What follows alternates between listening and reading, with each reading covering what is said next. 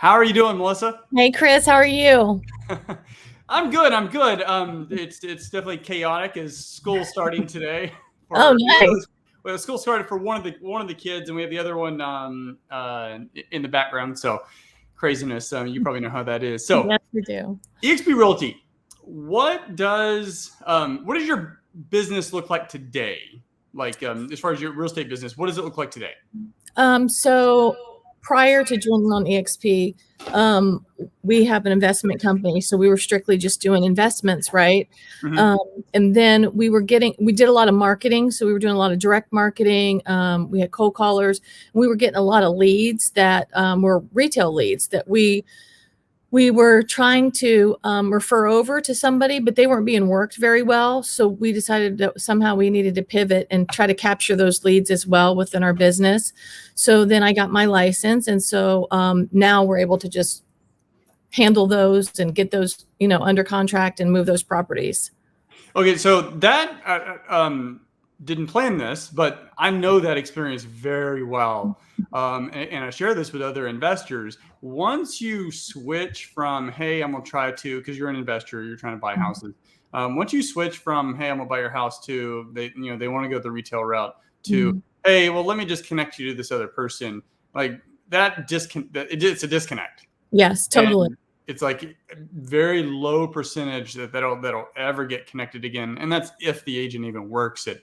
Exactly. So what you've found, and this is what we found several years ago, and I tell other investors, like, hey, look, just be there for them. Like they're sincerely saying, hey, I want to sell my house. Yes. If it's not the hammer that works for them, like use the screwdriver. Yeah, Or and they don't have an agent, so it's just like super fantastic way to not just throw away leads, right?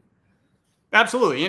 This statistic comes from NAR that most people go with the first agent they talk with. Hmm. And most people don't talk with more than 2 or 3 agents.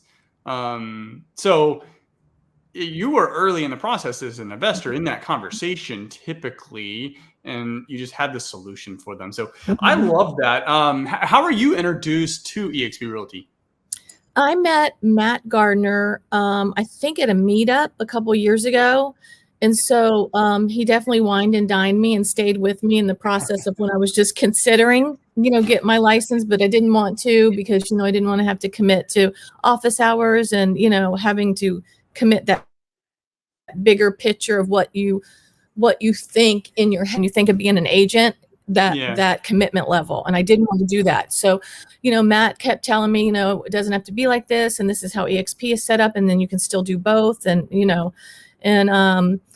then when I saw that the leads weren't being worked, and so we kind of felt like our reputation when we referred them out to other agents and nobody was doing that affected us too, right? Because we were the first point of contact. It So does. yeah, it does. I know, right? And so it's all about referral and, word of mouth and that kind of thing. And, you treat somebody right, and then they're going to refer you to somebody else. So then I just came on with Matt, and I'm on Matt's team.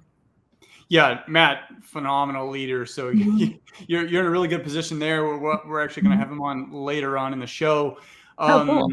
So it sounds like EXP's it's had a pretty positive impact Mhm. on your business. What can you share? I mean, outside of just being able to handle those leads, just for you and your business and the unique fit and kind of your niche, how has that really impacted your business? Just another whole stream of income, right? I mean, it's just the retail leads are just another stream of income, and if we're consistent and keep them in the funnel, then we're closing, or we're either listing or selling, right? Mhm. So it's been fabulous when we go through like lower points in wholesaling or flipping, then we can fill that in, and still be able to keep going. Does that make sense? No, it totally does, Financially. because Yeah. you're speaking my language, Mhm. and you also have there's the stock too, which is a True. completely side Yeah. benefit. But when the stock's doing really well, like it is now, it's Yeah. it's a really good benefit.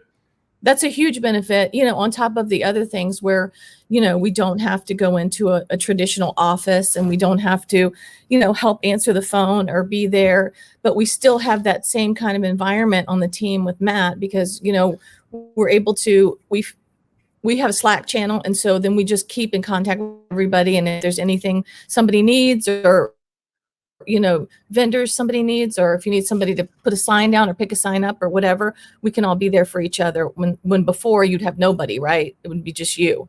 Yeah. This question was not planned as well. What do you say to other investors who are, because I get this a lot, I don't want to get licensed, I don't want to deal with it, like, so they're going to continue to go down the path of, I'll just refer it to so and so, knowing that their closing ratio is like horribly low. They just don't want to deal with it. Like, how do you address that concern? In retrospect, I wish I would have done it a lot sooner. Like I said, because of that extra stream of income, but just because of how that leads to so many other things, and you meet so many other people, and you get referred to other people, and, you know, you get people to do testimonials, and then that just branches you out to just, you know, fan out, bring in even more leads, and not even all retail leads, because those retail leads can refer you to somebody who's an off market lead, right? Or whatever, that can help you on your investment side of your business. Here's something too. I don't know if you've done this, and we never really did it, but I know some masterminds that Jamie and I were in, you know, they would talk with the sellers and convert some of them into private lenders, because some of them, especially if they were elderly and they didn't have any need for the money, it was just more of just kind of selling an unwanted property. They would turn that into a private lender for a future deal. Have you explored that at all? We just, my partner and I just went to a mastermind last week, and somebody talked about that. And, you know, I had never really thought about that. We had not thought about that before, but that's exactly what we're pivoting to try to capitalize on that as well. So yeah, it's great. The reason why I went down that path is by having a buy it or list it type of business, which is what your business is, where you can go in, you can help them cash as is offer, or list it, whichever way works for them. Ultimately gives you a greater pool of customers, clients, people to work with, which also gives you greater resources through their networks, referrals, testimonials, and in the case of selling a house and maybe becoming private lenders, better access there too. So I love it. What should other investors really consider, like, before, like, if they're not licensed, if they want to get licensed, what should they consider before going that route, and also with EXP? I would tell you to, you know, look about what do you need? What do you need, and what does your business look like, and what do you want it to look like, right?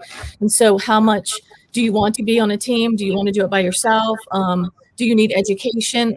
It's so individualized, but for most investors, I don't see how it would, it's a throwdown. It's just, I would just do it. I would just do it. It's funny. I was posting a question. Say it again. I said, invest in yourself and see that that's a whole nother way to keep your business going. You know, when other times it might be just because, like, you know, right now with the way the market's been, it's been difficult to do a lot of wholesaling or finding rehab properties, because people still have this, right now have an overinflated view of what their property's worth. And so it's definitely been really good. Yeah. And actually, I want to have another longer conversation with you when we have time. Got like 30 seconds. Sure. I was basically going to say that when you were talking about getting licensed, I was posting a question on Facebook recently, and I was thinking of all the investors, like the top investors I know, but I wanted unlicensed ones, and I had to struggle to find them. It seems like most of the most successful investors are either licensed, or they have someone on their core team, spouse, partner that's licensed. So, I mean, if you're going to be a professional in the business, make it official, right? No, for sure. And that doesn't even go into the other things that the benefits of being an agent. And that's just seeing those properties that come to market first, right? I mean, that's big. It's big. It is. It is.